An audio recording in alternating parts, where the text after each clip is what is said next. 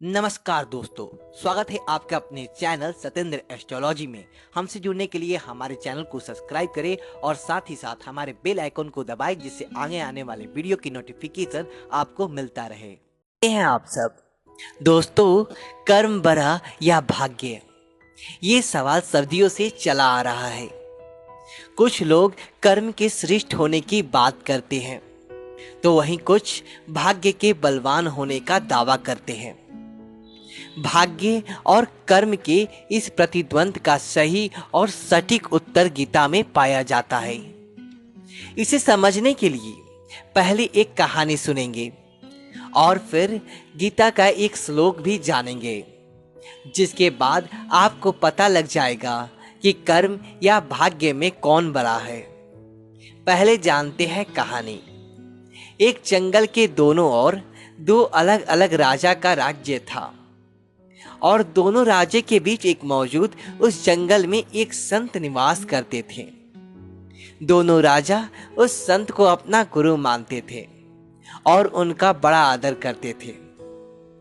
उस जंगल के बीचों बीच एक नदी बहती थी, जो उन दोनों राज्यों का एकमात्र जल स्रोत थी, जिसके चलते उस नदी को लेकर दोनों राजाओं में आए दिन विवाद होते रहते थे। एक समय ऐसा आया जब दोनों राजाओं का विवाद इतना बढ़ गया कि बात युद्ध तक पहुंच गई। युद्ध शुरू होने से पहले दोनों राजा संत का आशीर्वाद लेना चाहते थे और इसीलिए वह एक एक करके संत के डेरे में पहुंच गए। जब पहला राजा संत के निकट पहुंचा तो संत बोली, तुम्हारा भाग्य में जीत नहीं दिखती, आगे ईश्वर की मर्जी। संत की यह बात सुनकर पहले तो राजा घबरा जाता है, लेकिन फिर उसने थोड़ा विचार किया और अपनी सेना से बोला, अगर हारना ही है तो हम पूरी ताकत से लड़ेंगे और अपने प्रदर्शन को दूसरों के लिए महान उदाहरण बना देंगे। जब दूसरा राजा आशीर्वाद लेने लिए संत के पास पहुंचा तो उसके देखकर संत बोले, इस समय भाग्य तुम्हारे पक्ष में लगता है, आगे जैसा ईश्वर चाहे। संत की इस बात को सुनकर वह राजा मानो सातवें आसमान पर पहुंच गया। वह इतना निश्चिंत हो गया मानो उसकी जीत ही हो गई और अपनी सेना में यह संदेश पहुंचा दिया कि भाग्य हमारे पक्ष में है तो हमारी जीत होना तय है। अगले दिन जब युद्ध प्रारंभ हुआ तो एक राजा की सेना ये सोचकर लड़ रही थी कि चाहे भाग्य में हार हो, लेकिन हम अपनी पूर्ण पराक्रम से लड़ेंगे। वहीं दूसरे राजा की सेना सोचती कि जीत तो हमारे भाग्य में है, तो फिर घबराना कैसा।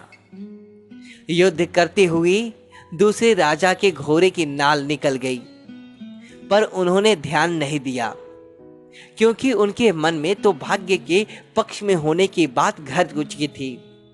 उन्होंने सोचा, जब भाग्य ही मेरे साथ है तो किस बात का डर। कुछ देर बाद राजा का घोड़ा लड़खड़ाने लगा और वह गिर पड़ा। घोड़े के गिरते ही राजा दुश्मन के हाथ लग गए और उनकी पराजय हो गई।